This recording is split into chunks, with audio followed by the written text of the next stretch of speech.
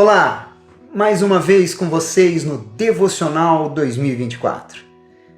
Eu tenho certeza que tem sido frutífero para a sua vida. Então, venha comigo. Hoje Isaías 34, 35 e 36. Estão se levantando contra você? A mensagem de libertação chegando ao cativo. E prepare-se para o contra-ataque do mal. Vamos então ler, meditar? A palavra de Deus diz no capítulo 34, no versículo 1 ao 3, diz assim: Chegai-vos, nações, para ouvir, e vós, povos, escutai. Ouça a terra e a sua plenitude, o mundo e tudo quanto produz. Porque a indignação do Senhor está contra todas as nações, e o seu furor contra todo o exército delas. Ele as destinou para a destruição e as entregou à matança. Os seus mortos serão lançados fora, dos seus cadáveres subirá o mau cheiro, e do sangue deles os montes se inundarão. Olha que forte. Essas palavras me trazem temor, porque aqui temos uma profecia contra todos os que de alguma forma se levantaram contra Deus, contra os que são de Deus ou os que rejeitaram a Deus.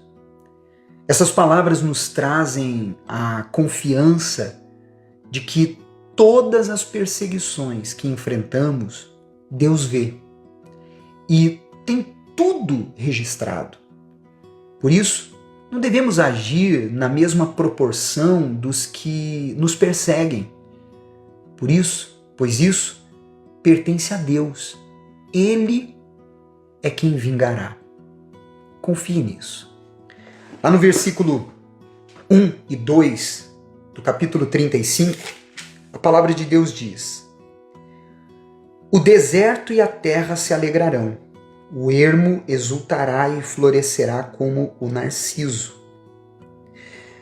Florescerá abundantemente, jubilará de alegria e exultará. Deu-se-lhes a glória do Líbano, o esplendor do Carmelo e de Saron.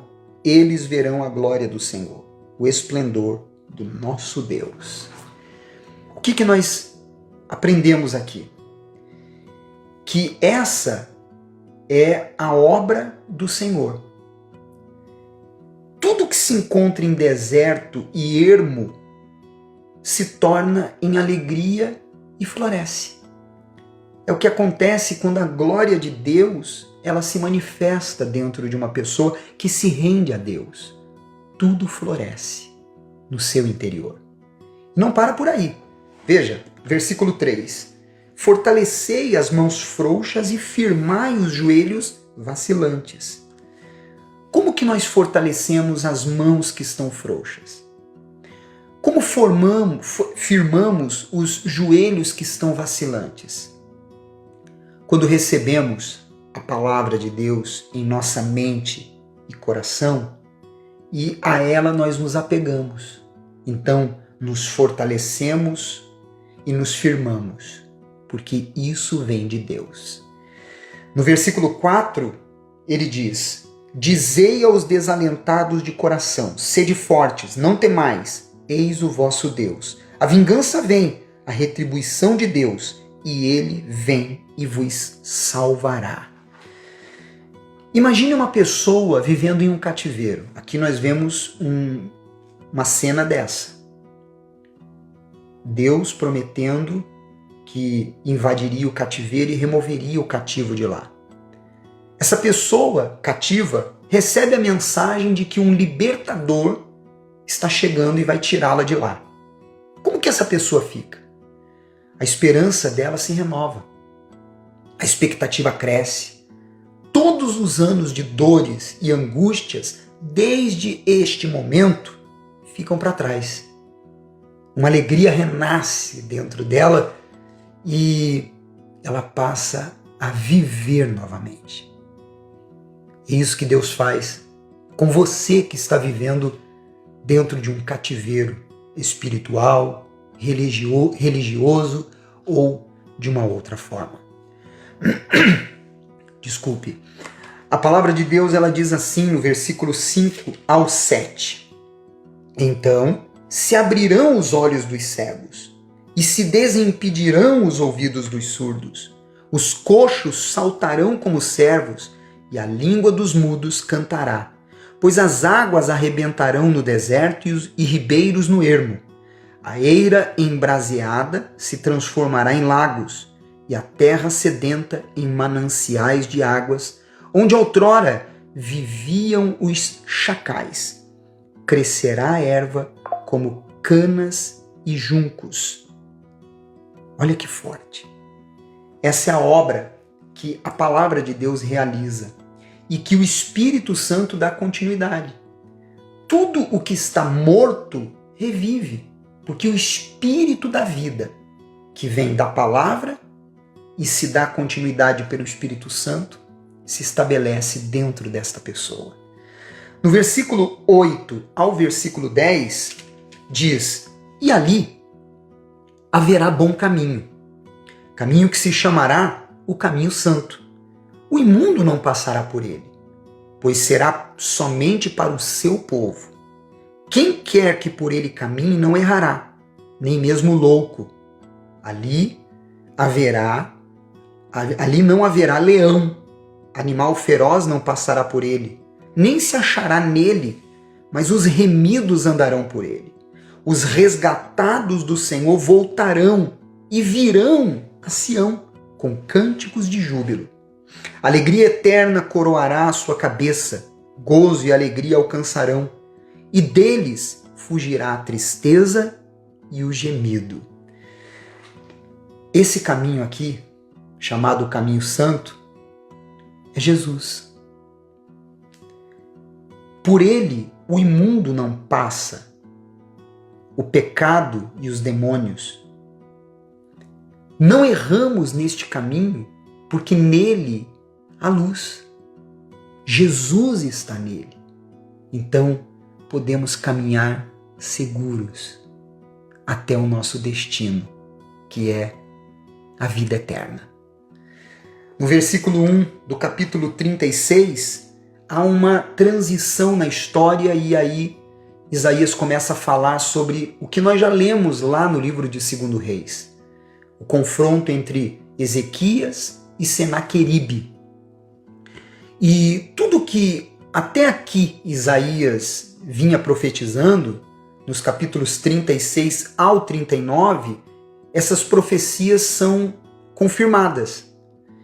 É uma transição mostrando que tudo que foi falado se cumpriu. Diz assim o versículo 1. No ano 14º do rei Ezequias, subiu Senaqueribe, rei da Síria, contra todas as cidades fortificadas de Judá e as tomou. Então, aqui vemos que tudo aquilo que ele vinha profetizando se manifestou e se cumpriu. No versículo 4 e 5, diz assim: Rabsaqué lhes disse: dizei a Ezequias, assim diz o sumo rei, o rei da Síria, que confiança é essa em que te estribas? Bem posso dizer-te que teu conselho e poder para a guerra não passam de vãs palavras. Em quem, pois, agora confias, para que te rebeles contra mim? Tudo o que você ouve aqui, estas palavras, entenda que quando nós nos rebelamos contra o mal, ou seja, nós rejeitamos o domínio dele sobre as nossas vidas, então haverá um contra-ataque dele, porque ele não quer nos perder. E devemos mostrar para o mal, para nós e sobretudo para Deus, que a nossa decisão não é fogo de palha, mas que estamos conscientes e decididos, pois quem guerreia por nós é o Senhor dos Exércitos. Nós pertencemos a Ele. No versículo 10, diz assim: acaso subi eu agora sem o Senhor contra esta terra para destruir? Pois o Senhor mesmo me disse, sobe contra a terra e destrói-a. Esse recado que Rabsaque trouxe de Senaqueribe para Ezequias, dizendo que foi Deus que mandou ele invadir, foi Deus que mandou ele tomar aquela cidade. Olha só o ensinamento que a palavra de Deus nos traz. Nem todo o que fala em nome do Senhor é enviado do Senhor. E está de fato falando o que o Senhor quer que ele fale. Por isso que tudo que nós ouvimos devemos analisar se está de fato na palavra de Deus.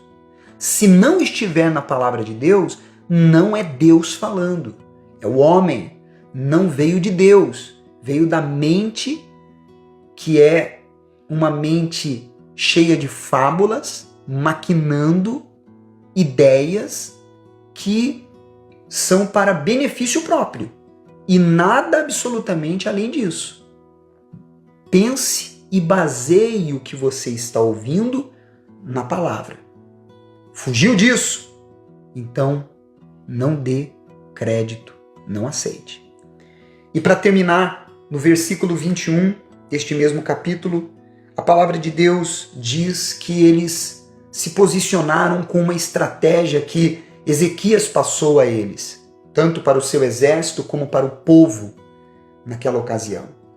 Depois de todas aquelas palavras de afronta e opressão para eles se renderem a Senaqueribe, humilhando aquele povo, eles, porém, se calaram e não lhe responderam palavra, porque assim lhes havia ordenado o rei, dizendo, não lhe responderei.